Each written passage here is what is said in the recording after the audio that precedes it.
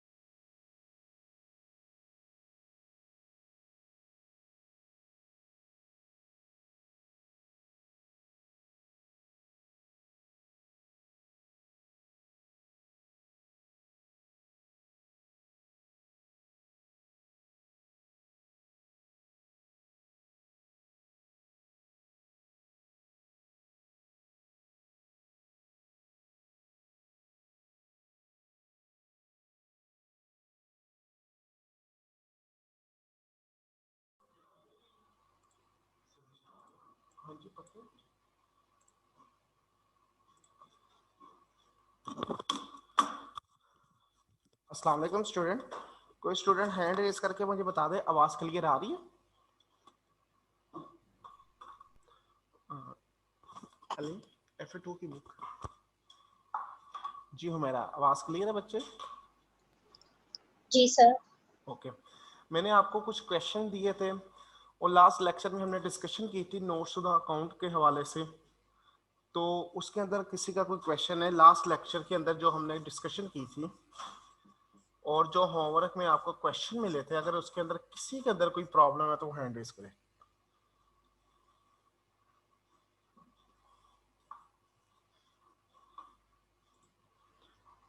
जी Humaira. Sir last questions तो हो गए थे सर। जो एग्जांपल 23 है ना, उसकी रिकंसिलिएशन बना दें, जैसे हमने सीखी है ना, परसों सीखी है, इसी तरह उसकी बना दे रिकंसिलिएशन। क्वेश्चन नंबर 23,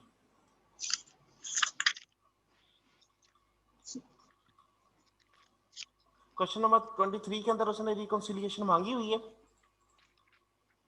सर मांगी तो नहीं हुई सर, लेकिन ना मेरा वो दूसरे नहीं बना, तरीके फिर नहीं हमने बनानी, अगर नहीं मांगी फिर नहीं बनानी। सर वो बैलेंस नहीं आ रहा।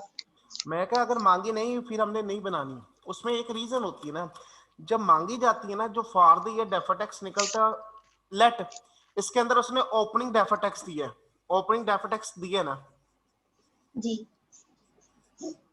ठीक है। वो अगर वो लेट 500 या 1000 जो भी दे देता है, ठीक है, हमारा फॉर द ईयर ओपनिंग और क्लोजिंग के फर्क से निकलता है। बात को समझ लगी आपको? हमारा फॉर द जी ईयर सर। ओपनिंग और क्लोजिंग के फर्क से रहता है। अगर उसने ओपनिंग कोई अपने क्वेश्चन को रिकॉन्साइल करके नहीं दिया हुआ तो वो मे भी मैच ना हो आपसे, इसलिए मैं उस क्वेश्चन की नहीं बनाऊंगा जिसकी उसने रिक्वायर नहीं की। उसकी रीजन ये उसका डेटा के अंदर कंफ्यूजन हो सकती है। ठीक है ओके, ठीक है sir.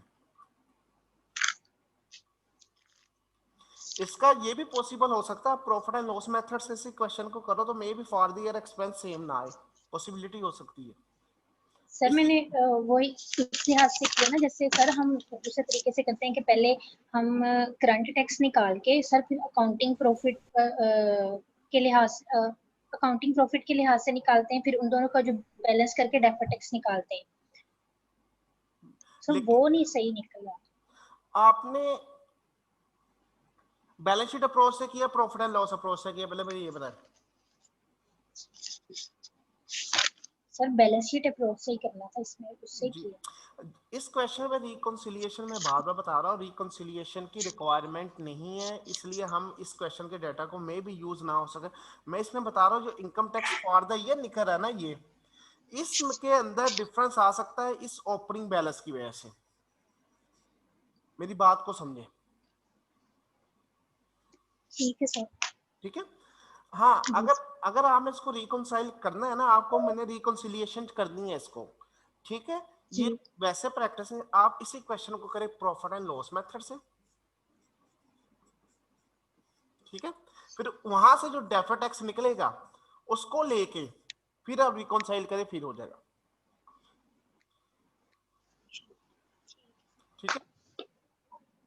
Sir balance sheet method से वैसे हम बैलेंस शीट मेथड से भी जिस कर सकते हैं, तब भी रिकॉन्साइल होता ही है। वो उसमें उसने रिक्वायरमेंट दी होती है रिकॉन्साइल की, ठीक है। अब आप कहते हो कैसे, अब मेरे क्वेश्चन पर जरा गौर करना। कोई क्वेश्चन ऐसा है जिसमें बैलेंस शीट प्रो रिकॉन्साइल है, कोई क्वेश्चन में निकालता हो इधर,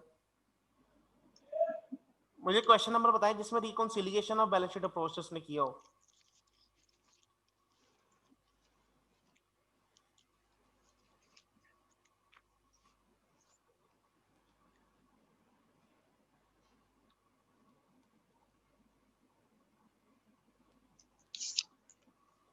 आपने कोई मेरा क्वेश्चन किया तो मुझे क्वेश्चन बताएं बेटा। सर क्वेश्चन है, किए हैं। हाँ है क्वेश्चन। मैं सिर्फ एक चीज समझाने के लिए वो क्वेश्चन पर जाना चाह रहा हूँ।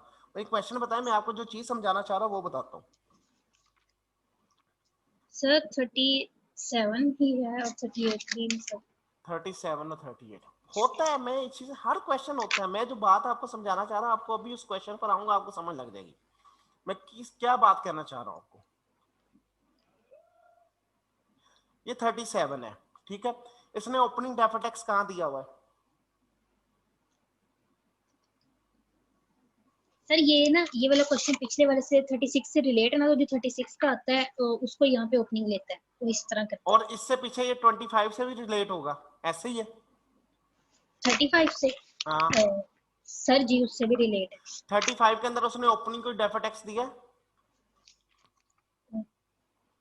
है। नो सर उसमें नहीं है। ये स्टार्टिंग से लेके चला, ये क्वेश्चन टैली होना ही होना। इसके अलावा कोई और क्वेश्चन जिसमें ट्रायल बैलेंस आ रहा हो ओपनिंग? सर अभी तक रिकॉन्सिलिएशन का यही यहाँ से स्टार्ट होता है, जहाँ से वो रिकॉन्साइल करते हैं ना, और एक ही क्वेश्चन को लेके चलते हैं। मैं आपको ना अभी एक चीज समझाती है, आपको ना चीज क्लियर हो जाएगी। जो रिकॉन्सिलिएशन है ना, वो हर क्वेश्चन की होनी है, मैं इस चीज से इनकार नहीं कर रहा। हर क्वेश्चन की रिकॉन्सिलिएशन होती है, ये बिल्कुल एग्री करना चाहिए, एग्री होता है। लेकिन हमारे जो एग्जाम में क्वेश्चंस आते हैं, एग्जामिनेशन जो क्वेश्चंस होते हैं बच्चे, क्योंकि हम यूज करते हैं बैलेंस शीट अप्रोच। अब वो करता क्या है, वो ट्रायल बैलेंस लेट, ये एक ट्रायल बैलेंस में बना रहा हूं छोटा सा, ये डेबिट, ये क्रेडिट और ये पर्टिकुलर, ठीक है। ये एसेट उसने दिए 100 के, लायबिलिटीज दी 50 की, डेफर्ड टैक्स लायबिलिटी दी उसने 20 की, ठीक है। इसके अलावा एसेट्स के अलावा कैश है 20 का, और बाकी सारे का सारा कैपिटल आ गया 120 से, ये टैली 50 के साथ ये टैली हो गया। बात क्लियर होगी आपकी? जी सर।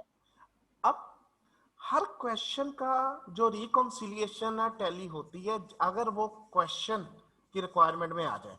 वैसे अगर हम प्रैक्टिकल करने जाए तो हर एक क्वेश्चन की रिकॉन्सिलिएशन। अब होता क्या है, हम इस क्वेश्चन के डाटा के साथ टैक्स एक्सपेंस निकालते हैं, अदर एडजस्टमेंट भी है, ठीक है। उसके बाद डेफर ठीक। टैक्स निकालते हैं। डेफर टैक्स निकालने के बाद हमने टैक्स एक्सपेंस निकाला, रिकॉन्सिलिएशन बनाई, मैच करी, ठीक है। अब ठीक। सारा डाटा यही रहता है, ये आगे वाला एडिशनल इंफॉर्मेशन में कोई चीज चेंज नहीं करता। अब ये जो डेफर टैक्स निकला वो कैसे निकला, हमने बैलेंस शीट अप्रोच से क्लोजिंग निकाला, वो आया 100 लेट, इसमें से लेस किया ओपनिंग, ओपनिंग वो for the year. For the year आ गया सी, ये आपने निकाला। मैंने पूरे क्वेश्चन को कुछ नहीं किया, पूरे क्वेश्चन को कुछ नहीं किया, कुछ मैंने ओपनिंग 30 किया इधर, ये कैश 20 की बजाय 30, 130, 130। अब ये टैली करके दिखाओ मुझे, नहीं होगा। नहीं होगा। मैं यही समझाना चाह रहा हूं आपको, ये इसमें। हाँ, जो असल में वो जो क्वेश्चन नंबर 23 है उसकी रिक्वायरमेंट नहीं है रिकॉन्सिलिएशन, इसलिए उसने उस हिसाब से वो काम नहीं किया हुआ। बात समझ लगी? ठीक। अगर ठीक है अगर सर, आगे समझ। अगर आप समझे ना, हर चीज मेरी टैली होनी चाहिए। फिर इसका मतलब पता है, जो balance profit and loss approach से हम करते हैं ना, प्रॉफिट एंड लॉस में ओपनिंग का कोई चक्कर नहीं होता, उसमें जस्ट फॉर द ईयर आती है चीजें, ऐसे ही है। जी सर। और उससे डेबिट टैक्स निकलता है, उससे करके फिर रिकॉन्साइल हो जाए, लेकिन वो हमारे है नहीं है ना उससे हमने करना है, हमने अपने आप को टेस्टिंग करनी कर ले। सिर्फ ये रीजन है जिसकी वजह से कुछ क्वेश्चंस को हम कहते हैं ये रिकॉन्साइल नहीं होते, क्योंकि डाटा उसके मुताबिक नहीं, उसकी रिक्वायरमेंट नहीं होती, ठीक है। ठीक है सर। जी सर। ये रीजन है, मैं रिकॉन्साइल हर क्वेश्चन होता है, इस चीज से मैं इनकार नहीं कर रहा। और किसी स्टूडेंट का क्वेश्चन? 10 मिनट मेरी और क्लास है, इसके बाद शायद जिशान आपको नेक्स्ट कैरी ऑन करेंगे। नोट्स के हवाले से किसी का कोई क्वेश्चन हो?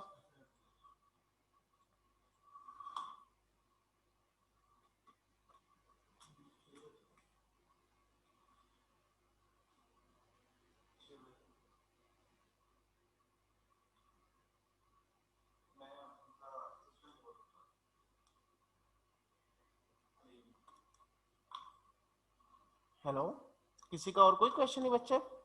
चले नेक्स्ट हम चलते हैं। हमने उस दिन प्रॉफिट एंड लॉस के रेलेवेंट नोट्स पढ़े कि प्रॉफिट एंड लॉस के अंदर क्या होता है, टैक्स एक्सपेंसेशन का नोट्स बनता है, उसके अंदर हम बताते हैं करंट टैक्स क्या है, करंट टैक्स के अंदर for the year, prior year, फिर आता है डेफर्ड टैक्स, डेफर्ड टैक्स के अंदर रेट ऑफ चेंज और फॉर द ईयर, इन सब का टोटल करते हैं वो हमारा टैक्स एक्सपेंस बनता है।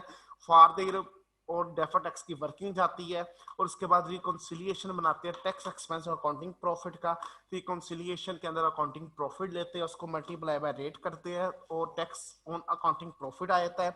उसके बाद क्या होता है बेटा, हम एडजस्टमेंट करते हैं अपनी किसकी, लोअर रेट ऑफ इनकम या higher rate of income, prior year adjustment, rate of change, फिर हमारा टैक्स एक्सपेंस और अकाउंट जो है accounting tax on accounting profit, ये दोनों आपस में रिकॉन्साइल कर था। ये थे डिस्क्लोज प्रॉफिट एंड लॉस की।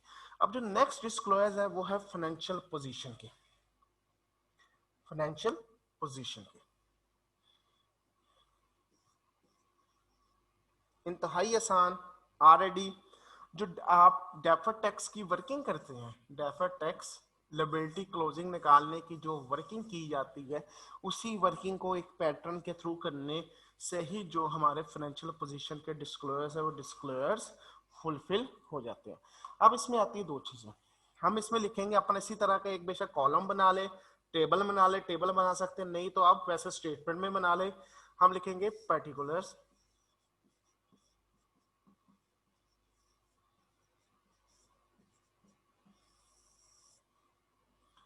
और इससे पहले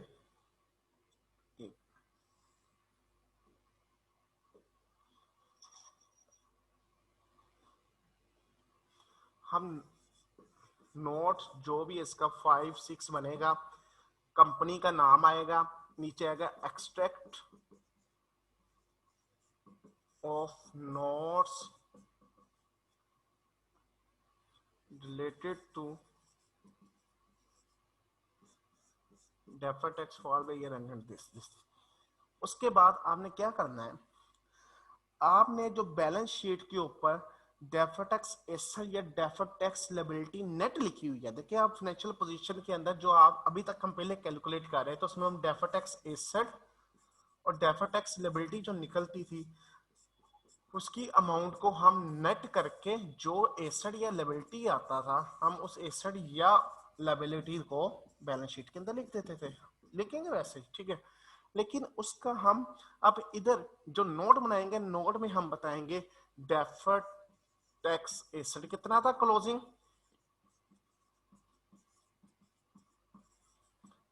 डेफर्ड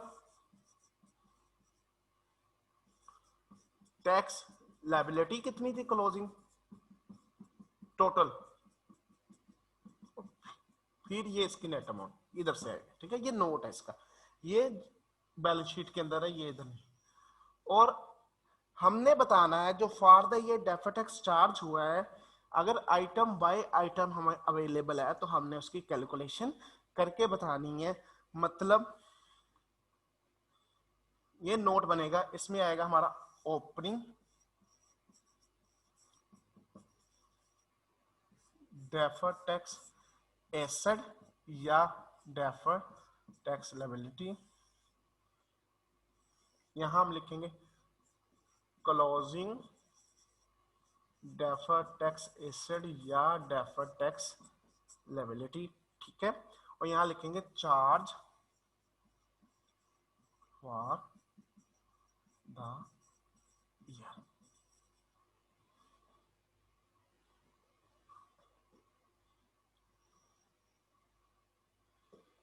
इधर आएगा लेट जिस जिस पर डेफर्ड टैक्स क्रिएट होगा जस्ट उसकी लिस्टिंग करनी है, जिस पर डेफर्ड टैक्स नहीं उस पर लिस्टिंग करने की जरूरत नहीं। प्रॉपर्टी प्लांट एंड इक्विपमेंट लिखेंगे, ओपनिंग डेफर्ड टैक्स लेट 100 था, क्लोजिंग 80 है, ये डेफर्ड टैक्स, इसको बेशक लायबिलिटी को कर ले या एसेट को कर ले, वो आपकी अपनी मर्जी है। तो 20 का क्या फॉर द ईयर आ गया, चार्ज होगा या इनकम होगी, ये क्योंकि डेफर्ड टैक्स लायबिलिटी है तो deferred tax expense for the year बनेगा। उसके बाद हम लिखेंगे प्रोविजन, ओपनिंग क्या था उसका, यहां ओपनिंग लिख लेंगे, इसी तरह क्लोजिंग लिख देंगे। इन दोनों का फर्क फॉर द ईयर इनकम हो या एक्सपेंस हो उसका बता देना। और करने के बाद यहां से हम ये टोटल्स कर देंगे। बात क्लियर, ये जस्ट नोट है फॉर द फाइनेंशियल पोजीशन। अब क्वेश्चंस के अंदर लाजमी नहीं है कि हर एक डाटा इंफॉर्मेशन में, अगर तो ओपनिंग डेफर्ड टैक्स लायबिलिटी देखें, यहां जो ओपनिंग डेफर्ड टैक्स लायबिलिटी आ रही है हमारे पास, ये मैं हाईलाइट कर रहा हूं एरिया, ये हम तभी लिख सकेंगे जब हमारे पास ओपनिंग डेफर्ड टैक्स लायबिलिटी की डिटेल मौजूद हो। मतलब अगर ओपनिंग उसने पीपी की सेपरेट बताई है, प्रीवियन की सेपरेट है, हर चीज की सेपरेट, फिर हम सेपरेशन। अगर ये डिटेल हमारे पास अवेलेबल नहीं है तो फिर हम क्या करेंगे, फिर जस्ट हम जो सारे एसेट्स की है सारी ओपनिंग इकट्ठी लिख देंगे, मतलब टोटल एसेट्स की ओपनिंग इधर, फिर क्लोजिंग लिखेंगे उन सब एसेट्स की, और charge for the year total, जो हम वो वर्किंग के अंदर करते हैं ना अपना, वो क्लोजिंग बैलेंस निकालते हैं, हमने एज इट फिर वही काम इधर कर देना। लेकिन इससे ऊपर हमने ये डिटेल लाजमी बतानी है कि इसमें टोटल हमारे एसेट्स कितने हैं और टोटल लायबिलिटीज कितनी है क्लोजिंग वाली। ये जो मतलब डेफर्ड टैक्स एसेट टोटल कितने हैं और डेफर्ड टैक्स लायबिलिटी टोटल कितनी है, ये कहां से निकलेगी, ये जो हमारी फिगर है, इस फिगर में से जो एसेट है उनको ले लेना है, जो इसके अंदर लायबिलिटी एसेट्स है उनको लेकर उनको प्लस कर लेना है, वो इधर आ जाएगी। जो इनके अंदर लायबिलिटीज है उनको सेपरेट प्लस कर देना है और वो फिर अमाउंट इधर आ जाएगी। ये आपके फाइनेंशियल पोजीशन के हवाले से नोट्स हैं। अगर इंडिविजुअल एसेट्स के ओपनिंग डेफर्ड टैक्स लायबिलिटी वगैरह अवेलेबल है और क्लोजिंग भी कैलकुलेट कर सकते हैं, फिर हर ग्रुप का ये जो मैं कह रहा हूँ पीपी को सेपरेट, प्रीवियन को separate, opening liability for charge, closing liability लिखेंगे फॉर द ईयर, फिर प्रीवियन की ओपनिंग लायबिलिटी, क्लोजिंग भी फॉर, ये देखिए ये क्लोजिंग लायबिलिटी आपने डेफर्ड टैक्स की कहाँ निकालनी है, जो वर्किंग आपने की है डेफर्ड टैक्स की वर्किंग, वही क्लोजिंग लायबिलिटी उठा के तरफ देनी, ओपनिंग आपके पास क्वेश्चन में होगी। अगर इंडिविजुअल एसेट्स की ओपनिंग सेग्रीगेट नहीं किया हुआ, फिर आपने क्या करनी है, सबको इकट्ठा करके ओपनिंग, सबको इकट्ठा क्लोजिंग और फॉर द ईयर चार्ज कर देना। लेकिन जो हमने वर्किंग की हुई है डेफर्ड टैक्स वाली, वहां से जो एसेट्स है उन सबको प्लस करके total deferred tax asset closing वो लिखने हैं, total deferred tax liability closing वो लिख फिर नेट कीजिएगा। ये एक डिस्क्लोजर का पार्ट है। यहां तक किसी को कोई क्वेश्चन तो हैंड रेज करें।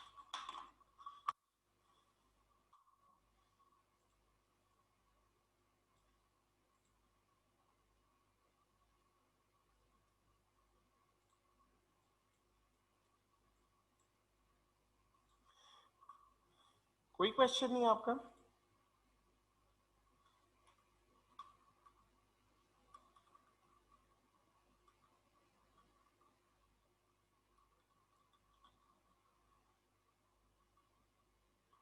थर्टी एट तक क्वेश्चन आपको होमवर्क में मिल गए थे, आगे 39 है।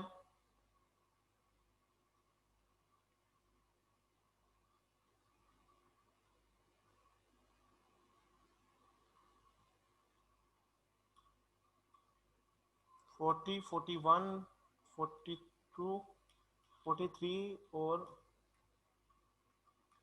लास्ट क्वेश्चन है आपका 43 तक। तो आगे आपके 5 क्वेश्चन है। पहले सर जिशान आपकी क्लास करेंगे, फिर सर होमवर्क जो हुआ सर आपको देंगे। इतनी देर के लिए आप बेटा 1-2 मिनट वेट करें।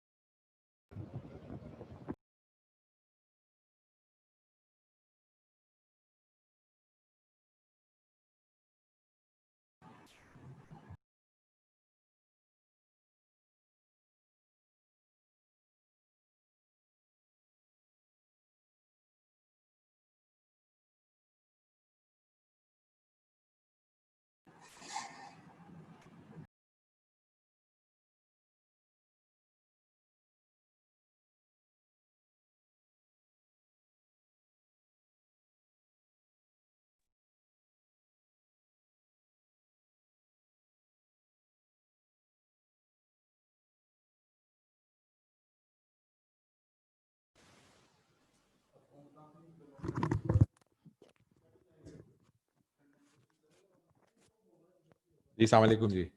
बिस्मिल्लाहिर्रहमानिर्रहीम। देखिएगा मेरी आवाज़ आ रही है? ऊपर चेक कीजिएगा साउंड को जनाब। ओके जनाब, आपके साथ जो लास्ट डिस्कशन की थी उसके बाद क्यूम साहब ने आगे कंटिन्यू किया, चूँकि क्वेश्चन वो देख रहे थे। अब ये आपके आखिरी 3 या 4 क्वेश्चन रह गए हैं जिसका डिफ़िकल्टी लेवल आपसे डिस्कस हो चुका हुआ है। अब आपने ये 3 या 4 क्वेश्चन इनको अटेम्प्ट करना है और इसको अटेम्प्ट करने के बाद क्यूम साहब इनकी क्लास अब कल रखनी है और एक वेडनेसडे को रखनी है। अच्छी तरह किसने भी नहीं करना करना तो हम ही पर। कितने हमारे क्वेश्चंस पेंडिंग है जी, देखिएगा जरा। हाँ 39 रहता है, छोड़ दो, वो सेम वही शायद 41 रहता है। ओके जी, आपके पास 42 क्वेश्चन लास्ट है। हाँ आपके पास आपके 2 या 3 क्वेश्चन रह गए हैं, ठीक है। इन क्वेश्चंस को जाके आपने अटेम्प्ट करना है और पर्पज़ ये है कि इसकी प्रैक्टिस अगर आप लोग खुद से नहीं अटेम्प्ट करेंगे तो it will be a big problem for you. लेकिन क्यों कल क्लास कर लो, ठीक है ना। कल आपके साथ क्लास करके और हम फिर वेडनेसडे को अगर ज़रूरत पड़ेगी तो हम देखेंगे क्लास के पॉइंट ऑफ व्यू से, otherwise it will be the and from here.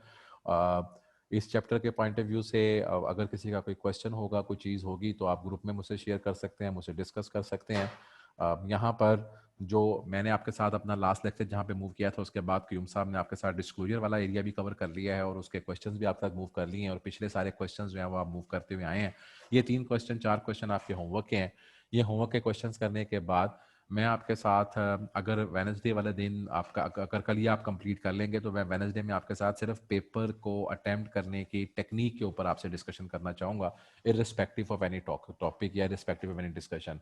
ज़रा लीजिएगा जी क्वेश्चन। अगर किसी का कोई प्रॉब्लम है, यहाँ तक कोई बंदा कोई डिस्कशन करना चाहता है, कोई बात करना चाहता है, you can raise the hand.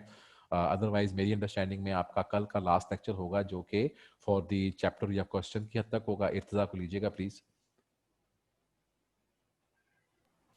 जी इर्तज़ा जी, वालेकुम सलाम बेटा। सर वो IFRS 8 नहीं पढ़ाना आपने? IFRS 8 क्या है? सर वो सेगमेंट्स वाला, ऑपरेटिंग सेगमेंट्स वाला। हमने वो कंप्लीट नहीं किया हुआ। नो सर, वो आपने तब स्किप करवाया था, आपने कहा था बाद में पढ़ेंगे सर, वो अभी सॉरी तक। सॉरी सॉरी सॉरी, मेरे बिल्कुल जिम्मे नहीं है अगर रिपोर्टेबल सेगमेंट नहीं हुआ हुआ। आई एम सॉरी, मैं इस अंडरस्टैंडिंग में हूँ कि हम वो कर चुके हुए हैं। बिल्कुल करना है जनाब, बिल्कुल करना है। तो फिर हम इस तरह करेंगे कि हम कल की डेट में वो जो रिपोर्टेबल सेगमेंट है ना उसको पहले कंप्लीट कर लेंगे, ठीक है। क्यों साहब आप क्लास जी करेंगे सर। परसों, ठीक है, आप क्लास करेंगे वेडनेसडे को अपने स्केड्यूल पे। तो कल हम रिपोर्टेबल सेगमेंट के ऊपर जाके उसको कंप्लीट कर लेंगे, उसकी स्लाइड्स बना लीजिएगा। वो हमारा एक लेक्चर का काम है या 2 लेक्चर्स का काम है, इससे ज्यादा का काम नहीं है रिपोर्टेबल सेगमेंट का। उसको सिर्फ आइडेंटिफाई करके चलना और उसकी प्रेजेंटेशन है। आई एम सॉरी जी, मेरे बिल्कुल जेहन में नहीं था। अच्छा किया, थैंक यू यार, कोई बात नहीं, आपने इंटीमेट कोई कर बात दिया, स्किप हो गया। अगर कोई और इस तरह का एरिया रहता है तो आइडेंटिफाई कर लीजिएगा, आप लोगों के पास सफिशिएंट टाइम है। और यहाँ पर भी हमारे पास स्लाइड्स बनी हुई है उसकी। हाँ, तो हम वैसे ही उसके सेगमेंट को आज स्टार्ट कर लेते हैं। इसमें कौन सी ऐसी बात है, आज हमारे पास टाइम भी है, हम बिस्मिल्लाह तो करें ताकि थोड़ी सी उसकी डिस्कशन कर लें। आप सेगमेंट रिपोर्टिंग का वो जो एरिया जो है वो ओपन कर दें प्लीज। अब ये जो आपको क्वेश्चंस क्यूम साहब ने दिए हैं बेटा, ये आप करेंगे और ये क्वेश्चंस क्यूम साहब आपके साथ वेडनेसडे वाले दिन डिस्कस करके ये चैप्टर आपका कंक्लूड हो जाएगा, ठीक है जी। सो वेडनेसडे को वो आपके साथ ये डिस्कशन करेंगे और ये चैप्टर कंक्लूड करेंगे। मैं आपके साथ अभी स्टार्ट कर रहा हूँ रिपोर्टेबल सेगमेंट, जो हमारा IFRS 8 का कुछ पोर्शन रहता है। मैं स्किप कर गया था, मेरे ख्याल था वो चैप्टर मैंने अपने पास जो इंटरनल वर्किंग की हुई है उसमें मैंने टिक कर लिया था, बट यू आर राइट, हमें वो चैप्टर पहले करना था। IFRS 8 पेज नंबर 555 से आगे है, ये 555 कर दीजिएगा।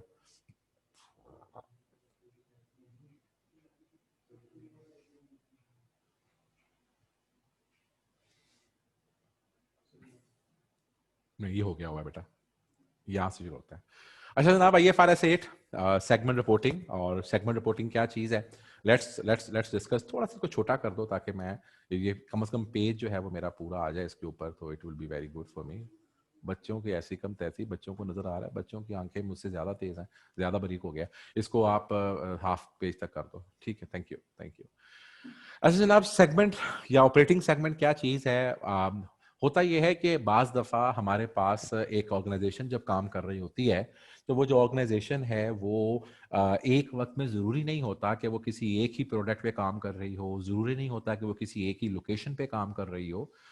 एक कंपनी है, उस कंपनी के अंदर हम मुमकिन है कि हम एक ही कंपनी के अंदर, एक ही ऑर्गेनाइजेशन के अंदर डिफरेंट किस्म के काम करें। मतलब मेरी उसके अंदर टेक्सटाइल मिल भी लगी हुई हो, मेरा उसी कंपनी के अंदर मेरा कॉलेज भी हो, उसी कंपनी के अंदर मैं कोई रिटेल का काम भी करता हूं, और शायद उसी कंपनी के अंदर मैं रिटेल के काम के साथ साथ कोई मैन्युफैक्चरिंग कंसर्न और भी है वो भी चलाता हूं।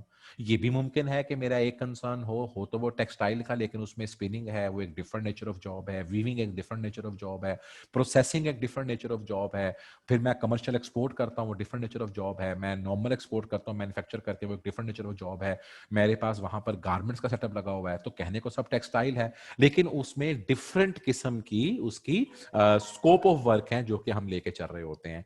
यहाँ पर स्टैंडर्ड ये कहता है कि अगर आपके पास इस किस्म का कोई सिनेरियो आता है जहां पर आप डिफरेंट लोकेशंस में काम कर रहे हैं, मतलब मेरे पास एक ही कंपनी है मगर उसका एक ऑफिस फैसलाबाद में है, एक ऑफिस उसका जो है वो अमेरिका के अंदर है, एक ऑफिस यूके के अंदर है, तो वो डिफरेंट किस्म के रिस्क को एक्सपोज होते हैं, वो डिफरेंट किस्म के फंडामेंटल एटमॉस्फेयर को एक्सपोज होकर चलते हैं। एक ऑर्गेनाइजेशन अगर डिफरेंट किस्म के प्रोडक्ट्स में डील करती है तो वो डिफरेंट किस्म के प्रोडक्ट्स की जो फ्यूचर के पॉइंट ऑफ व्यू से उसकी जो सेल्स हैं, उसके dynamics to increase the price, उसकी प्रॉफिटेबिलिटी फैक्टर्स, उसके competitors, they might be different. तो हम अपनी बेटर रिपोर्टिंग करने के पॉइंट ऑफ व्यू से क्या ये बेहतर नहीं होगा कि मैं सेगमेंट रिपोर्टिंग करूं। सो सेगमेंट रिपोर्टिंग का एक गलतुल आम कह लें या मफहूम एक आम मफहूम क्या हुआ, अगर आप डिफरेंट लोकेशंस पे काम करते हैं या डिफरेंट नेचर ऑफ जॉब में काम करते हैं तो हम ये समझते हैं कि हमें हर एक डिफरेंट टाइप ऑफ सेगमेंट को अलहदा कर देना चाहिए और उसके फाइनेंशियल रिजल्ट्स को हमें एक डिस्क्लोजर के थ्रू इंटीमेट करना चाहिए ताकि यूजर को इस बात का पता चले कि कंपनी ओवरऑल नफे में या नुकसान में है, वो तो बात ठीक है, लेकिन कंपनी के इंडिविजुअल सेगमेंट्स कैसे परफॉर्म कर रहे हैं इसका भी जवाब निकल सकता हो। तो कहता है जनाब कि many companies they operate in different type of industries या different type of the products, या डाइवर्सिफिकेशन होती है उनकी, और वो जो डाइवर्सिफिकेशन होती है, that diversification can be of the geographical segments और it can be of the Arfan in the class, okay. So that diversification can be in the that diversification can be because of the geographical area. That diversification can be of the different type of the business products which they are being dealing. So what is the objective? IFRS 8 जो है ये सिर्फ और सिर्फ किसके लिए requirement है? ये सिर्फ और सिर्फ लिस्टेड कंपनीज के लिए एप्लीकेबल है। ये बात बड़ी अहम होती है। जिस तरह 16 IS2 हर कंपनी के लिए है, ये सिर्फ और सिर्फ लिस्टेड यानी कि कोटेड कंपनीज के लिए है। और उनसे क्या रिक्वायर किया गया है कि अगर उनकी कंपनी डिफरेंट किस्म के सेगमेंट्स में काम करती है तो वो उन डिफरेंट किस्म के सेगमेंट्स को आइडेंटिफाई भी करे और उनको आइडेंटिफाई करने के बाद उनका फाइनेंशियल डिस्क्लोजर भी प्रोवाइड करके चले। Users are able to use the information about the main segments of companies operation. अगर हमारे पास सेगमेंट रिपोर्टिंग होगी तो हम सेगमेंट रिपोर्टिंग का इस्तेमाल करते हुए हम उस हर सेगमेंट को सामने रखेंगे और उसकी बेस पर हम उसका रेशियो एनालिसिस कर सकेंगे, उसके ट्रेंड्स को देख सकेंगे, हम फ्यूचर की प्रेडिक्शंस कर सकेंगे। अगर हम सबको अमलगामेट कर लेंगे, सबको हम इकट्ठा कर लेंगे तो हम अच्छा एनालिसिस नहीं कर सकेंगे और हमें यह नहीं पता कि एक की पॉजिटिव चीज दूसरे की नेगेटिव के अंदर कैसे मर्ज हो रही है। वही कह रहा है कि एक की गुड परफॉर्मेंस जो है वो दूसरे की पुअर परफॉर्मेंस को क्या कर देगी? हाइड कर देगी।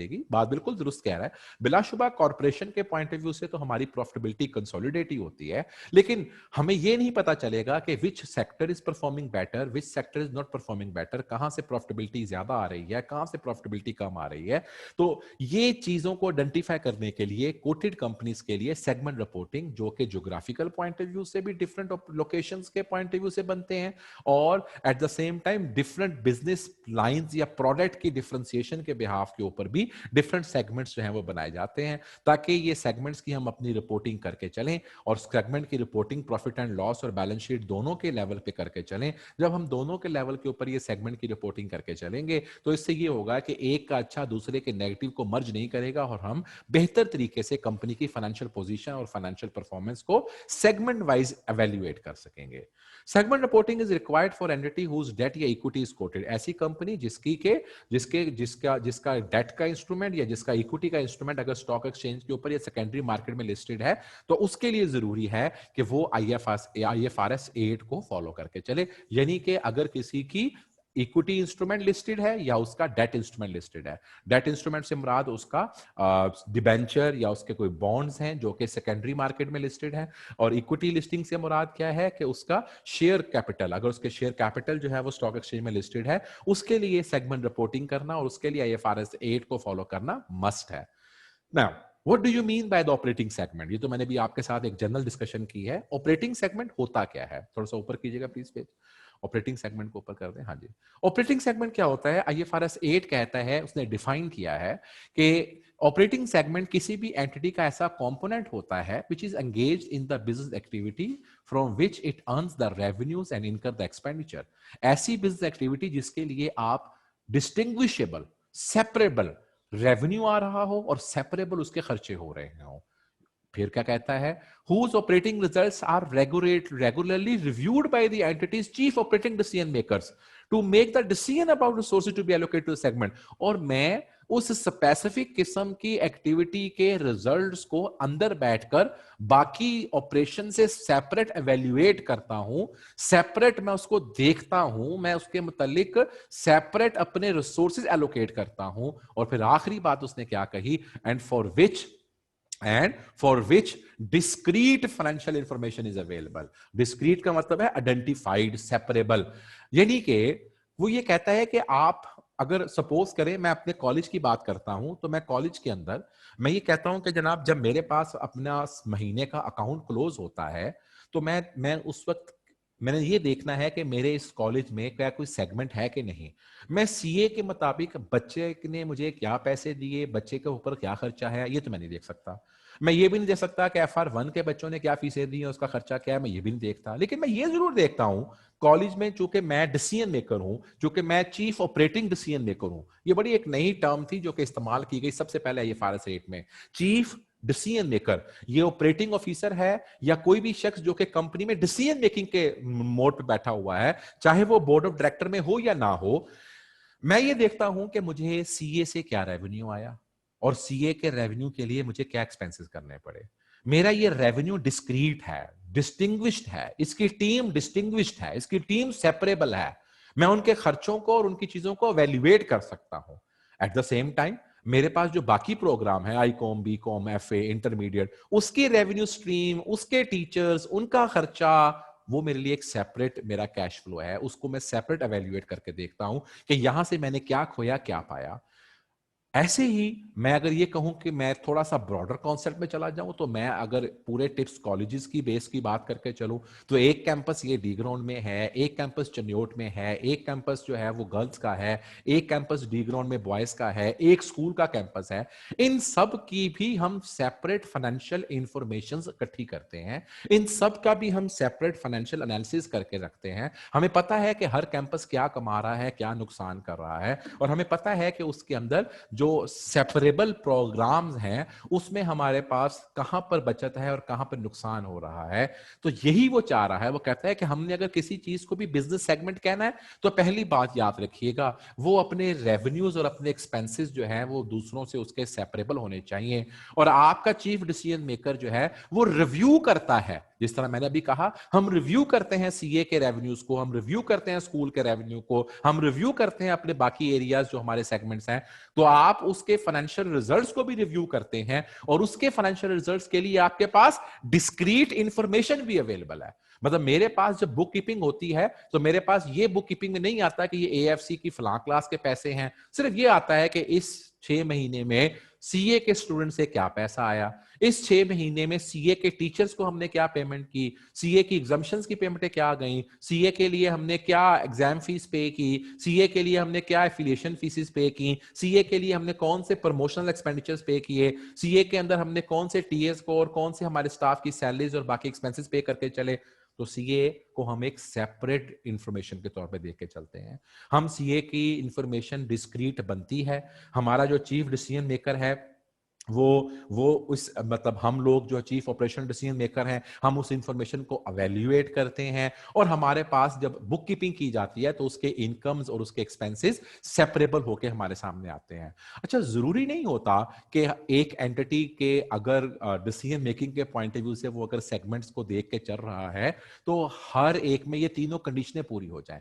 ये भी मुमकिन है, इस बात का भी चांस है कि कहीं पर मैं उसके रिजल्ट्स को जरूर देखता हूं, मैं उसकी रेवेन्यूज और इनकम को देखता हूं, लेकिन मेरी ये कंडीशन पूरी नहीं होती, यानी कि मेरे पास उसकी डिस्क्रीट इंफॉर्मेशन, उसकी सेपरेबल इंफॉर्मेशन अवेलेबल नहीं होती। क्या हुआ? उसकी सेपरेबल इंफॉर्मेशन अवेलेबल नहीं होती। तो किसी भी चीज को ऑपरेटिंग सेगमेंट कहने के लिए तीनों कंडीशंस का ट्रू होना जरूरी है। यानी कि पहली बात, मेरे पास उस बिजनेस एक्टिविटी के रेवेन्यूज और उसके जो एक्सपेंसेस हैं वो सेपरेबल हों, वो ऐसा कंपोनेंट है जो अपने independent revenues, independent expenses generate कर सकता है। यानी कि मैं अगर बीकॉम आईकॉम बंद कर दूं तो उससे सीए के रेवेन्यूज पर कोई फर्क नहीं पड़ेगा।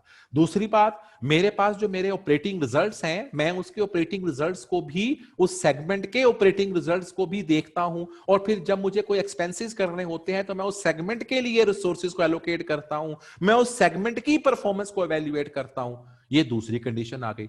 और तीसरी और सबसे अहम इंफॉर्मेशन चीज क्या चाहिए, मेरे पास उसकी डिस्क्रीट फाइनेंशियल इंफॉर्मेशन भी होनी चाहिए।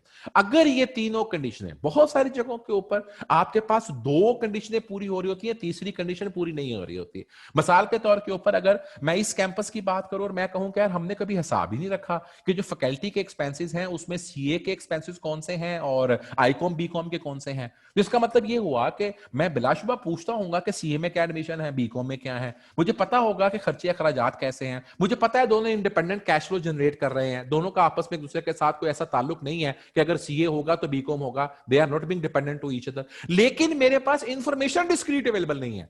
तो अगर मेरे पास किसी ऐसी बिजनेस एक्टिविटी की, मेरी बिजनेस एक्टिविटी के उस कंपोनेंट की, मैं इसको एग्जांपल लेके चलता हूं कि हमारे पास अगर एक स्टोर है और उस स्टोर में मैं चप्पलें बेचता हूं, एक वो फुटवेयर का स्टोर है, उस फुटवेयर के स्टोर के अंदर नॉर्मली तौर पे जो हमारे क्लाइंट्स हम देखते हैं वो क्या करके चलते हैं कि कुछ उनके ऐसे आर्टिकल्स होते हैं जो कि वो खुद मैन्युफैक्चर करते हैं, और कुछ उनके ऐसे आर्टिकल्स होते हैं जो वो मैन्युफैक्चर नहीं करते बल्कि वो चाइना से इंपोर्ट करके बेच देते हैं। अब उनकी शॉप के ऊपर जब वो आर्टिकल्स के मुताबिक सेल की बात करके चलते हैं तो उस सेल में वो जरूर देखते हैं कि मेरे पास जो सेल आ रही है उस सेल के पॉइंट ऑफ व्यू से मेरे मैन्युफैक्चर्ड जो यूनिट्स हैं उनकी सेल क्या है, और मेरे रेडीमेड यूनिट्स थे उनकी सेल क्या है। अब वो इतनी डिटेलिंग में जाके नहीं देखते कि औरतों की शूज कितने बिक रहे हैं, मर्दों के कितने बिक रहे हैं। ये नहीं देखते कि औरतों के शूज में 6 नंबर कितना बिक रहा है और 8 नंबर कितना बिक रहा है। ये नहीं देखते जाके, शायद उनमें से एक एनालिसिस करने वाला शख्स देखता हो कि वो 6 नंबर बिक रहा है या 8 नंबर बिक रहा है, व्हाइट ज्यादा बिक रहा है, काला ज्यादा बिक रहा है।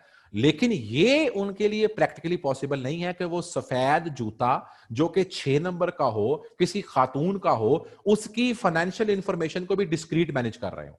तो वो डिस्क्रीट फाइनेंशियल इंफॉर्मेशन को मैनेज करते वक्त सिर्फ 2 एरियाज में मैनेज करके चलते हैं। वो तमाम शूज जो मैन्युफैक्चर करके शॉप पे गए थे, और वो तमाम शूज जो कि उन्होंने मैन्युफैक्चर नहीं किए थे, किसी और से बिल्ट यूनिट लिया था और अपनी शॉप में रख के बेच रहे हैं। अगर आप किसी भी सर्विस के स्टोर में जाएंगे तो सर्विस के अपने मैन्युफैक्चर्ड शूज होंगे, जूतियां होंगी, साथ उनके पास कैटरपिलर के भी शूज पड़े होंगे। वो कैटरपिलर के शूज उनका इंपोर्ट आइटम है, तो वो 2 रेवेन्यूज जरूर देखते हैं, इंपोर्टेड आइटम और अपना मैन्युफैक्चर्ड आइटम। लेकिन ये मुमकिन नहीं है कि उनके पास डिस्क्रीट फाइनेंशियल इंफॉर्मेशन अवेलेबल हो कि किस साइज का जूता ज्यादा बिक रहा है और उसके लिए वो जूता वाइज अपनी फाइनेंशियल स्टेटमेंट ड्रॉप कर रहे हो। यहां पर जो उसने अहम बात की है वो क्या कहा है, हम जिस तरह प्रोसेसिंग में, जब टेक्सटाइल्स में था तो मेरे पास मेरे स्पिनिंग के अकाउंट सेपरेट बनते थे, मेरे पास स्पिनिंग के खर्चे, उसकी इनकम, उसके एक्सपेंसेस, उसकी सैलरियां सब सेपरेट थी, उसके फ्रांसिस सेपरेट थे, और उसके बाद मेरे पास प्रोसेसिंग के सेपरेट खर्चे बनते थे, मेरे पास वीविंग के सेपरेट खर्चे बनते थे, आई एम सॉरी, मेरे पास वीविंग के सेपरेट खर्चे बनते थे, मेरे पास स्टिचिंग के सेपरेट खर्चे बनते थे। मैं यूं कहूं कि मेरे पास स्पिनिंग की, वीविंग की, प्रोसेसिंग की, स्टिचिंग की, एक्सपोर्ट की 5 बैलेंस शीटें बनती थी और 5 फाइनेंशियल स्टेटमेंट्स बनती थी, 5 इनकम स्टेटमेंट बनती थी। यहां तक तो बात दुरुस्त है क्योंकि मेरे पास उनकी डिस्क्रीट इंफॉर्मेशन अवेलेबल थी। लेकिन अगर मैं ये कहूं कि जनाब मेरे पास स्पिनिंग के अंदर फर्दर कोई वर्किंग थी, हाँ मेरे पास स्पिनिंग के अंदर भी फर्दर वर्किंग थी, मेरे पास यूनिट 1 यूनिट 2 अवेलेबल था, मैं उसकी प्रॉफिटेबिलिटी को सेपरेटली जरूर देखता था, लेकिन मेरे लिए यह पॉसिबल नहीं था कि मैं उसकी डिस्क्रीट इंफॉर्मेशन कैलकुलेट कर सकूं। वो डिस्क्रीट इंफॉर्मेशन जो कि कैलकुलेट नहीं हो सकती, इसलिए जब मैं सेगमेंट की बात करूंगा तो ये तीनों की तीनों कंडीशनों का आपस में होना जरूरी है। आपके पास वो सेगमेंट अपने इंडिपेंडेंट रेवेन्यूज और एक्सपेंसेस जनरेट कर रहा हो, उसका वो चीफ ऑपरेटिंग डिसीजन उसको रेगुलरली देख रहा हो, और सबसे अहम चीज उसकी डिस्क्रीट फाइनेंशियल ऑपरेशंस की इंफॉर्मेशन भी आपके पास अवेलेबल हो। एक मिनट जरा बंद करें जरा।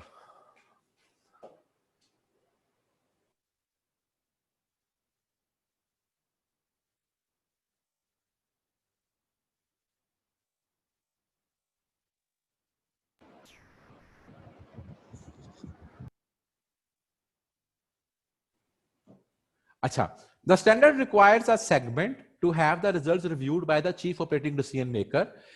The reason for the part of definition operating segment is to ensure that entities reporting segment that are used by management and to the entity for the business. देखिएगा यहां पर उसने हमें कुछ सेगमेंटेशन की बात बताई। उसने कहा ये मेरे पास एक टेक्सटाइल कंपनी है जो कराची लगी हुई है, मेरे पास एक और कंपनी है जो कार प्रोड्यूस करती है वो लाहौर लगी हुई है, फैशन गारमेंट है वो पेशावर लगा हुआ है, फर्नीचर आइटम जो है वो मुल्तान लगा हुआ है। नाउ द पेरेंट कंपनी के पास सबके सब चीजें हैं। नीचे आइएगा जरा, आगे आ जाइएगा। 4 सब्सिडरीज हैं, चारों सब्सिडरी उसने अपने ऑपरेशन की बात बता दी। The directors have purchased the subsidiaries in order to diversify their product base, but do not have the knowledge of information required for statement regarding these subsidiaries other than the statutory requirement. Explain to the directors the purpose of segment reporting. तो जनाब purpose क्या है? Segment reporting का purpose ये है, ये जनाब ये आपके पास थ्योरी के सवाल आ गए। What is the purpose of segment reporting? ये उसका आंसर आ गया। जनाब पर्पस क्या है? It provide the use of the financial statement with the sufficient detail। अभी बता के हटा हूं, चूंकि हर किस्म की नेचर ऑफ जॉब है, हर किस्म की नेचर ऑफ जॉब के अपने रिस्क हैं और उनकी अपनी ज्योग्राफिकल लोकेशंस के मुताबिक अपनी डिग्री ऑफ एफिशिएंसीज होती हैं। हम चाहते हैं कि हम उसको सेपरेटली बताएं, हम चाहते हैं कि बेटर अंडरस्टैंडिंग क्रिएट करने के लिए सबके फाइनेंशियल रिजल्ट्स को हम सेपरेटली लेके चलें, और हम चाहते हैं कि हम सबको create awareness of the impact. हर एक बिजनेस पर किसी भी फैक्टर का इंपैक्ट डिफरेंट तरीके से आएगा। देखिएगा गाड़ियों की सेल के ऊपर इंपैक्ट कोरोना का फर्क आया, हॉस्पिटल्स के ऊपर कोरोना का इंपैक्ट फर्क आया, कॉलेजेस के अंदर कोरोना का इंपैक्ट फर्क आया, शादी हॉल्स के ऊपर कोरोना का इंपैक्ट फर्क आया। तो हर बिजनेस के ऊपर एक फैक्टर का इंपैक्ट सेम नहीं होता। तो बेटा जी ये याद करना है, इसको मेमोराइज करना है, पेपर का अच्छा क्वेश्चन है। What is the purpose of the financial information to, what is the purpose of the segment reporting, ठीक है। दूसरा, explain the directors the criteria which will be used to identify, हम किस तरीके से अपने क्राइटेरिया को क्रिएट करें, हमारे लिए बिजनेस सेगमेंट क्या होता है। तो जनाब ये लें, अभी मैंने आपको इसकी डेफिनेशन पढ़ाई है, वो डेफिनेशन आ गई जहां पर वही पहली कंडीशन, दूसरी कंडीशन और तीसरी कंडीशन कि जनाब अगर ये तीनों कंडीशनें मीट होंगी तो फिर हम इसे कहेंगे कि ये क्या है, फिर हम कहेंगे कि जनाब ये हमारा सेगमेंट जो है वो सेपरेट है। In order to identify the separate reportable segment the following criteria has to be reported. जनाब ये वाली बात आगे आ गई है, ये क्वेश्चन पहले पूछ चुका है यहां पर बात। अब हर ऑपरेटिंग सेगमेंट जो है वो रिपोर्टेबल सेगमेंट नहीं होता। एक लफ्ज नीचे कीजिएगा, थोड़ा सा नीचे कीजिएगा बेटा, जो मैंने अभी क्वेश्चन का पार्ट 2 कराया, ये देखिएगा। यहां पर हम क्या बात कर रहे हैं कि हमारा कौन सा ऐसी चीज है जिसको बेस बना के हम सेपरेट रिपोर्टेबल सेगमेंट की बात कर रहा है। तो रिपोर्टेबल सेगमेंट से पहले एक कॉन्सेप्ट है, जिसे कहते हैं ऑपरेटिंग सेगमेंट, कि सबसे पहले अपने ऑपरेटिंग सेगमेंट को आइडेंटिफाई करो, ठीक है। और फिर उससे अगली बात आती है, हर रिपोर्टिंग सेगमेंट, हर ऑपरेटिंग सेगमेंट रिपोर्टेबल नहीं होता, यानी कि हर ऑपरेटिंग सेगमेंट के रिजल्ट्स आपने सेपरेट रिपोर्ट नहीं करने होते। वो ऑपरेटिंग सेगमेंट जिसके रिजल्ट्स आप सेपरेट रिपोर्ट करें, उनको हम क्या कहते हैं, रिपोर्टेबल सेगमेंट्स कहते हैं। उन्हें हम क्या कहते हैं, रिपोर्टेबल सेगमेंट्स कहते हैं। And how to make this reportable segments, ये अभी जाके मैं आपसे ये बात करके चलूंगा और फिर ये बात समझाऊंगा, लेकिन ये वाला एरिया मैं भी कवर नहीं कर रहा, क्योंकि ये एक सेपरेट टॉपिक है, बल्कि यही तो टॉपिक है पूरे चैप्टर के अंदर। और फिर कहता है क्रिटिकली इवैल्यूएट करें आईएफआरएस 8 को, operating segment, setting out the problem with the standard. हमें अपने ऑपरेटिंग सेगमेंट को क्रिएट करते वक्त कौन कौन से प्रॉब्लम्स आ सकते हैं। उसने कहा आईएफआरएस 8 जो है वो बहुत ब्रॉडर है, और उसने रिपोर्टिंग सेगमेंट को क्रिएट करने के लिए उसमें क्राइटेरिया बताया हुआ है। Unlike earlier attempt to define segment is more quantitative, segments are defined in terms of breakdown analysis used by management. This is potentially a very powerful method of ensuring that the preparers they provide useful segment information. There will still be the problem in deciding which segment to report, if only because management may still attempt to reduce the amount of commercial sensitive information. उसने कहा जनाब बिलाशुबा आपने IFRS 8 अभी हमने पढ़ना है, उस IFRS 8 को पढ़ने के बाद, वैसे ये सवाल इस दफा उसने ऐड किया है, ये क्वेश्चन यहां पे नहीं पूछना था, उसको चैप्टर के आखिर में पूछना चाहिए था। उसने कहा ये बताएं कि हमें इस सेगमेंट रिपोर्टिंग में इश्यूज क्या आते हैं। तो उसने कहा जनाब पहली बात ये है कि आपने बहुत डिटेल के साथ हमें अपने ऑपरेटिंग सेगमेंट और फिर ऑपरेटिंग के बाद अपना रिपोर्टेबल सेगमेंट निकालना सिखा दिया, लेकिन उसके बावजूद मैनेजमेंट की कोशिश होगी कि वो कोई ऐसा सेगमेंट शो ना करे जिससे कि उसकी कमर्शियल सेंसिटिव इंफॉर्मेशन उसके कंपेटिटर्स के हाथ में आ जाए। The growing use of executive information system and data management within the business make it easier to generate the reports. It will be easy to provide management with a basic set of the internal reports analysis and leave individual managers to prepare their own more detailed information using the interrogation software provided by the system. If such analysis become routine, then they would be reportable under IFRS 8, but that would be very difficult to check and audit. उसने कहा भाईजान ये पहला point है कि एक हम चूंकि सेगमेंट रिपोर्टिंग की बात करेंगे और सेगमेंट रिपोर्टिंग के अंदर से हमने रिपोर्टेबल सेगमेंट निकालने हैं, तो रिपोर्टेबल सेगमेंट निकालते वक्त हमारी कोशिश ये होगी कि हम कोई ऐसी रिपोर्ट या कोई ऐसी इंफॉर्मेशन ना दें जिसका इस्तेमाल करके कमर्शियल सेंसिटिव इंफॉर्मेशन अगलों तक पहुंच जाए। ये पॉइंट आ गया। दूसरा पॉइंट कहता है चूंकि अब तो इतनी ज्यादा MIS डेवलप हो चुकी हुई है और उस MIS की डेवलपमेंट की वजह से तकरीबन हर चीज, हर का मतलब मैंने भी जिस अभी आपसे बात कही, उनके अगर MIS अच्छी डेवलप हुई हुई है तो ये बता सकते हैं कि भाईजान खवातीन में वाइट शूज में 6 नंबर, और वो 6 नंबर की सेल कब बढ़ती है कब कम होती है। यानी कि छोटे शूज की सेल उस वक्त बढ़ती है जब स्कूल का टाइम होता है, छोटे शूज की सेल उस वक्त बढ़ती है जिस वक्त आपका कोई फंक्शन हो रहा होता है, बड़े शूज की सेल कब बढ़ रही है जिस वक्त कोई शादियों का सीजन आ रहा है। तो वो बड़े आराम से उन चीजों को कोरिलेट कर सकते हैं और शायद वो इस डिसीजन मेकिंग को चेक भी करते हो। अब आपने कह तो ये दिया है कि जिसको के आपने कहा ऑपरेटिंग सेगमेंट वो होता है जिसको कौन देखे, आपका चीफ डिसीजन मेकर बंदा देखे। ये कौन बताएगा, इस बात को कौन चेक करेगा कि चीफ डिसीजन मेकर ने क्या देखा था और क्या नहीं देखा था। ये बड़ा ही क्वालिटेटिव किस्म का क्राइटेरिया है जो कि लोगों के लिए मुसीबतें और प्रॉब्लम्स क्रिएट कर सकता है। These are the problems for the measurement of segment performance. So disclosure of detailed inter-segment pricing policies offer considered to be determined by the good company. और कहता है उसके अलावा एक सेगमेंट अगर दूसरे सेगमेंट के लिए कोई काम करके चले, एक सेगमेंट अगर किसी दूसरे सेगमेंट के लिए काम करके चले तो वो उसके लिए अपनी प्राइसिंग, उसको प्राइस चार्ज करके चलता है। अगर वो प्राइस चार्ज करके चलता है तो हमारे पास उसे कहते हैं ट्रांसफर प्राइस। जिन लोगों ने कॉस्ट अकाउंटिंग पढ़ी है उनको कुछ ट्रांसफर प्राइसिंग का कॉन्सेप्ट कॉस्ट अकाउंटिंग में जरूर मिला होगा। तो ट्रांसफर प्राइसिंग के ऊपर हमने सेगमेंट रिपोर्टिंग की बात तो कर दी, लेकिन ट्रांसफर प्राइसिंग के ऊपर स्टैंडर्ड की गाइडलाइन अवेलेबल नहीं है। तो उसने कहा यह भी एक बहुत बड़ी प्रॉब्लम है। जब हम सेगमेंट रिपोर्टिंग करते हैं तो उसमें जब इंटर सेगमेंट्स एक दूसरे के लिए काम करके चलते हैं तो उनकी आपस की प्राइसिंग कैसे की जाएगी उस पर हमें कोई गाइडलाइन नहीं मिलती। So different internal reporting structure could lead to inconsistent and incompatible segment reports even from companies in the same industry. तो चक्कर चूंकि यहां पर सेगमेंट बनाने की बात तो कर दी गई है, लेकिन चूंकि हमने इंटरनल प्राइसिंग की बात नहीं की, उस सेगमेंट की हैयत के ऊपर हमने बहुत ज्यादा उसको मैनेजमेंट डिसीजन पे छोड़ दिया है, तो कहता है इसलिए इस बात का चांस है कि कुछ कंपनियां जो सेम इंडस्ट्री की हों तो जब हम उनके सेगमेंट्स के रिजल्ट आपस में कंपेयर करने की कोशिश करें तो वो एक दूसरे के साथ इनकंसिस्टेंट और एक दूसरे के साथ इनकंपैटिबल हो। मेरा दिल कर रहा है तो मैंने सेगमेंट इस तरह बना लिया, कयूम साहब का दिल कर रहा है तो उन्होंने सेगमेंट किसी और तरीके से बना लिया। तो सेगमेंट बनाना और फिर उसमें से रिपोर्टेबल सेगमेंट बना को आइडेंटिफाई करना, ये बहुत हद तक जो काम है, अपार्ट फ्रॉम जिसमें कुछ गाइडलाइन जरूर दी गई हैं जो मैं आपसे शेयर करूंगा नेक्स्ट लेक्चर में, लेकिन इसमें बहुत हद तक डिसीजन मेकिंग इन्वॉल्व है। और फिर इसके अलावा डिसीजन मेकिंग के अलावा मिसाल के तौर के ऊपर मैं देख रहा हूं तो मैं पूरे कॉलेज का रिजल्ट देखता हूं, एक और बंदा उसका भी सीए कॉलेज है वो कॉलेज का भी रिजल्ट देखता है और आईकॉम बीकॉम भी देखता है, तो वो सेगमेंट बना रहा होगा आईकॉम बीकॉम सेपरेट और सीए सेपरेट, मैं सेगमेंट बना रहा हूँ पूरा कॉलेज। अब मुझे आप मजबूर थोड़ी कर सकते हैं कि नहीं जनाब आप साथ आईकॉम बीकॉम सेपरेट देखा करें, ये मेरी मर्जी है। तो आपने सेगमेंट बनाने के लिए गाइडलाइन तो दे दी है, लेकिन उसमें जरूरी नहीं है कि हर बंदा आपने ये गाइडलाइन कर दी है कि सेगमेंट ऐसे बनाया जाए, लेकिन उस सेगमेंट को कैसे बनाया जाए ये तायुन कौन करेगा कि जिशान आबद आईकॉम बीकॉम सेपरेट देखता है या सारे कॉलेज को इकट्ठा करके देखता है। जिस तरह मेरा दिल करेगा मैं कह दूंगा मैं ऐसे देखता हूं, मैंने ही कहना है मैं ही देखता हूं, इसका ऑडिट कोई नहीं कर सकता। मेरी नजर में मैंने जनाब मैं क्यूम साहब को देख रहा हूं, अब क्यूम साहब मुझे बताएं कि मैं आपके मुंह को देख रहा हूं, आपके पेट को देख रहा हूं कि आपकी टांगों को देख रहा हूं। It is very difficult for Qayyum साहब टू टेल। मुझे नजर आ रहा है कि क्यूम साहब का पेट बढ़ रहा है और मैं पेट के ऊपर फोकस हूं, ये मेरी पॉइंट है।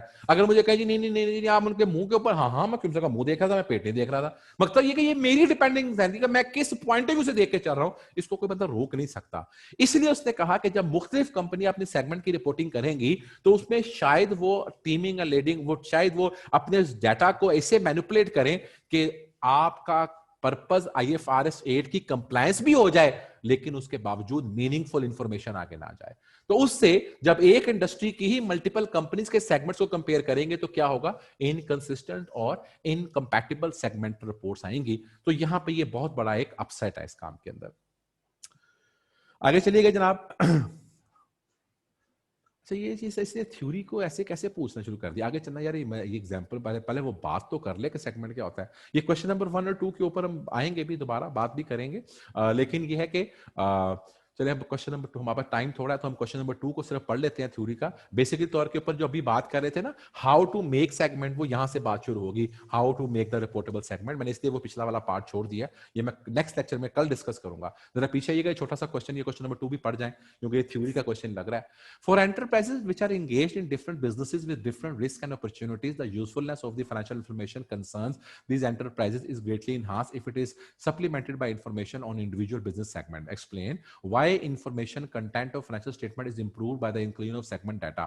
तो जनाब हमें ये बताएं कि अगर एक फाइनेंशियल स्टेटमेंट एक कंपनी की जिसके अंदर हम सेगमेंट का डाटा दे रहे हैं उसको इंक्लूड करने से उस कंपनी की फाइनेंशियल स्टेटमेंट की जो अंडरस्टैंडिंग है उसमें क्या इजाफा होगा या उससे यूजफुलनेस में क्या इजाफा होगा। हमें ये बात हम पहले भी कर चुके हैं, अब दोबारा भी वही बात है। जब कभी कोई कंपनी डिफरेंट बिजनेसेस में काम करती है और डिफरेंट रिस्क प्रोफाइल में काम करती है, डिफरेंट प्रोडक्ट्स में काम करके चलती है, तो मुख्तलिफ जो मार्केट के फैक्टर्स हैं वो उनके डिफरेंट प्रोडक्ट्स को, उनकी डिफरेंट लोकेशंस को, डिफरेंट बिजनेस लाइंस को डिफरेंट तरीके से अफेक्ट करते हैं, उनका इंपैक्ट डिफरेंट होता है। टू गेज के किस आउटसाइड फैक्टर और इनसाइड फैक्टर ने किस लाइन को कैसे इंपैक्ट को मूव करके चला, उसके लिए जरूरी है कि हम तमाम सेगमेंट्स के अगर रिजल्ट सेपरेटली और उनकी सेंसिटिविटीज को सेपरेटली गेज करके लेके चलेंगे तो मोर मीनिंगफुल इंफॉर्मेशन होगी। इसके अलावा भी अगली बात हमने पढ़ी थी कि अगर हम सबको इकट्ठा कर देंगे तो एक के गुड्स दूसरे के बैड्स में कवर हो जाएंगे, हमें समझ नहीं आ सकेगा कि किसने अच्छा परफॉर्म किया और किसने अच्छा परफॉर्म नहीं किया। तो वही बात usefulness of the segment data, इसकी ये थ्योरी दोबारा मुख्तलिफ वर्ड में लिखी हुई है, ये स्टैंडर्ड की वर्डिंग नहीं है, इसकी भी थ्योरी के क्वेश्चन को जिस तरह हमने पीछे ऊपर क्वेश्चन तैयार किया है आपने तैयार कर लेना है। बात वही है जो मैंने अभी आपको 2 दफा एक्सप्लेन की है कि different type of the risk जो है वो हमारे डिफरेंट सेगमेंट्स को डिफरेंट तरीके से अफेक्ट करते हैं। अगर उनको मर्ज कर दिया गया तो जवाब निकलेगा नहीं और हम बेहतर तरीके से उसको अंडरस्टैंड नहीं क्रिएट कर सकेंगे। थीम यही है, अंग्रेजी जिस तरह मर्जी लिखते रहे बैठ के। ऊपर कीजिएगा जनाब। आखिरी बात आज की, डिफाइन और discuss how IFRS 8 require the segments to be analysed. जनाब कहता जनाब क्या करना है, हमने सेगमेंट्स को कैसे एनालाइज करके चलना है, वही जो 3 कंडीशंस पहले पढ़ी हैं वही यहां पर दोबारा 3 कंडीशनें बता रहा है। यानी कि कहता जनाब जो कंपनी है उसके रेवेन्यूज और उसके एक्सपेंसेस सेपरेट हों, जो आपका ऑपरेटिंग सेगमेंट है उसको जो आपका सेगमेंट का मैनेजर है या आपका जो डिसीजन मेकर है वो उसको सेपरेट देख रहा हो, और फिर उसके बाद उसने कहा कि जो आपके ऑपरेटिंग सेगमेंट्स हैं वो आपके कंपनी के उनके पास आपकी डिस्क्रीट इंफॉर्मेशन अवेलेबल होनी चाहिए। ठीक हो गया। और फिर ये बात करने के बाद जब हम एनालिसिस सेगमेंट्स की बात करते हैं तो इसके 2 स्टेप्स होते हैं बेटा। पहले वो क्या बने, पहले वो ऑपरेटिंग सेगमेंट बने। ठीक हो गया।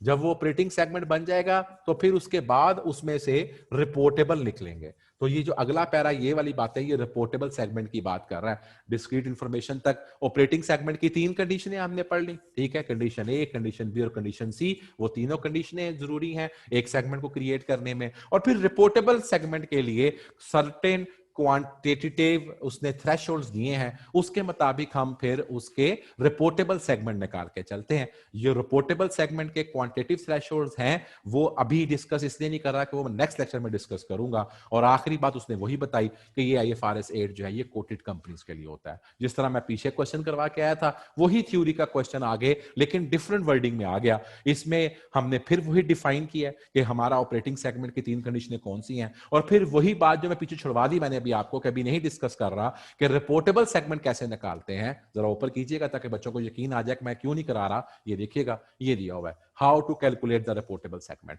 तो मैं इसलिए चूंकि मैंने आगे पढ़ाना है तो मैं इसलिए वो पिछली बात नहीं कर रहा। जब मैं आपके साथ ये रिपोर्टेबल सेगमेंट की बात कंक्लूड कर लूंगा तो ऑटोमेटिकली वो जो पिछला पार्ट मैंने छुड़वाया है वो आपका क्वेश्चन का पार्ट जो है वो कंप्लीट हो जाएगा। तो बेटा आज की बात यहां पे कंक्लूड करके चलते हैं। क्या सीखा कि किसी भी ऑर्गेनाइजेशन के अंदर अगर मल्टीपल लाइंस में काम हो रहा है, मल्टीपल प्रोडक्ट्स में काम हो रहा है, मल्टीपल लोकेशन पे काम हो रहा है, तो हमारे लिए ये बेहतर एक रिपोर्टिंग मैकेनिज्म है कि हम सेगमेंट्स को आइडेंटिफाई करें जिनको हम ऑपरेटिंग सेगमेंट्स कहते हैं। क्योंकि हर ऑपरेटिंग सेगमेंट जो होता है उसको हम डिफाइन करते हैं कि उसके रेवेन्यूज उसके एक्सपेंसेस जो होते हैं वो इंडिपेंडेंट होते हैं, उसके बाद उसकी डिस्क्रीट इंफॉर्मेशन होती है और चीफ डिसीजन मेकर जो है वो उन सेगमेंट्स को बड़े ध्यान से देख रहा होता है। तो फिर उसने यहां पर हमें ये बात बताई कि जब आप ऑपरेटिंग सेगमेंट बना लें तो फिर उनमें से कुछ रिपोर्टेबल सेगमेंट बनाएं जिसको हम आगे जाकर डिस्कस करके चलेंगे। हम ये सेगमेंट बना क्यों रहे हैं, इसलिए कि हमारे पास जो सेगमेंट्स हैं उनको अगर हम एनालाइज करना चाहें तो जब हम उन सेगमेंट्स को सेगमेंट बना के एनालाइज करेंगे तो हम बेहतर तौर पे बता सकेंगे कि उन्होंने इंटरनल और एक्सटर्नल फैक्टर्स को कैसे रिस्पॉन्ड किया। और अगर हमने ये काम ना किया और उन सबको इकट्ठा करके मर्ज करके एक ही हमने पलंदा बना के दे दिया कि पूरे टिप्स कॉलेज ने क्या कमाया, तो आपको कैसे पता चलेगा कि स्कूल तो लॉस में है, कैसे पता चलेगा कि सीए के अंदर तो हमें नफा नहीं हो रहा नुकसान हो रहा है, कैसे पता चलेगा कि जनाब यहां पर हमारे पास BSCS और BBA जो है वो नफा कमा रहे हैं कि नहीं कमा रहे। तो हम सिर्फ अगर यही बता देंगे कि टिप्स कॉलेज ने 2000 रुपए का 5 लाख का 20 लाख का नफा कमाया है तो आपको ये पता नहीं चलेगा कि किसने क्या कंट्रीब्यूट किया है। लेकिन जब हम सेगमेंट बना देंगे तो उस सेगमेंट को बनाने की वजह से बिल्कुल डिफरेंट किस्म के हमारे पास रिजल्ट्स आ जाएंगे, हम उसकी बेहतर तरीके से एनालिसिस कर सकेंगे। अब आप अगर इसी एजुकेशन को लेकर चलें तो स्कूलिंग वाला काम रुका हुआ है क्योंकि हमारे पास कोविड है। सीए के अंदर हमारी क्लासेस में नंबर ऑफ स्टूडेंट की स्ट्रेंथ बढ़ गई है। उसकी रीजन क्या हुआ कि अब सिर्फ और सिर्फ फैसलाबाद ही नहीं बल्कि विसिनिटी के लोग भी ऑनलाइन क्लासेस की वजह से आ गए। सो इसका मतलब ये हुआ कि कोविड का इंपैक्ट बीबीए बीसीएस पे फर्क आया है, सीए पर फर्क आया है और स्कूल के अंदर फर्क आया है। ये मैं कैसे बात कहूंगा, ये उसी वक्त बात करूंगा अगर मैं सबके सेगमेंट्स के रिजल्ट सेपरेट लेके चलूंगा। यही रीजन है चूंकि हर फैक्टर का जो इंपैक्ट है वो different business line, different geographical location पर डिफरेंट तरीके से होकर चलता है। और हम ये चाहते हैं कि इस डिफरेंट चीजों को अच्छी तरीके से एनालाइज करने के लिए एटलीस्ट कोटेड कंपनीज के अंदर, एटलीस्ट लिस्टेड कंपनीज के अंदर हम अपने फाइनेंशियल के रिजल्ट्स में ये सेगमेंट की रिपोर्टिंग को सेपरेबल तौर के ऊपर आइडेंटिफाई करें। Now how to create an operating segment discuss हो गया, उस ऑपरेटिंग सेगमेंट से हमने रिपोर्टेबल सेगमेंट कैसे निकालने हैं, ये हमारी अगली बात है जो मैं नेक्स्ट लेक्चर में करूंगा। एनी क्वेश्चन जनाब? यहां तक किसी को कोई क्वेश्चन है, he can raise a hand, otherwise हम ये बात आज कंक्लूड कर रहे हैं। Anybody any question? समझ आ गई सारी बात? All is okay, all is clear. If all is okay, all is clear. Thank you and God bless you. कल मैं इंशाल्लाह लेक्चर करके कोशिश करूंगा कि मैं इसको आगे लेके चलूं, और वेडनेसडे वाले दिन क्यूम साहब ने जो आपको 3 से 4 साल दिए हैं वो अपने लेक्चर में आपके साथ शेयर करके कंक्लूड कर लेंगे। Thank you ji.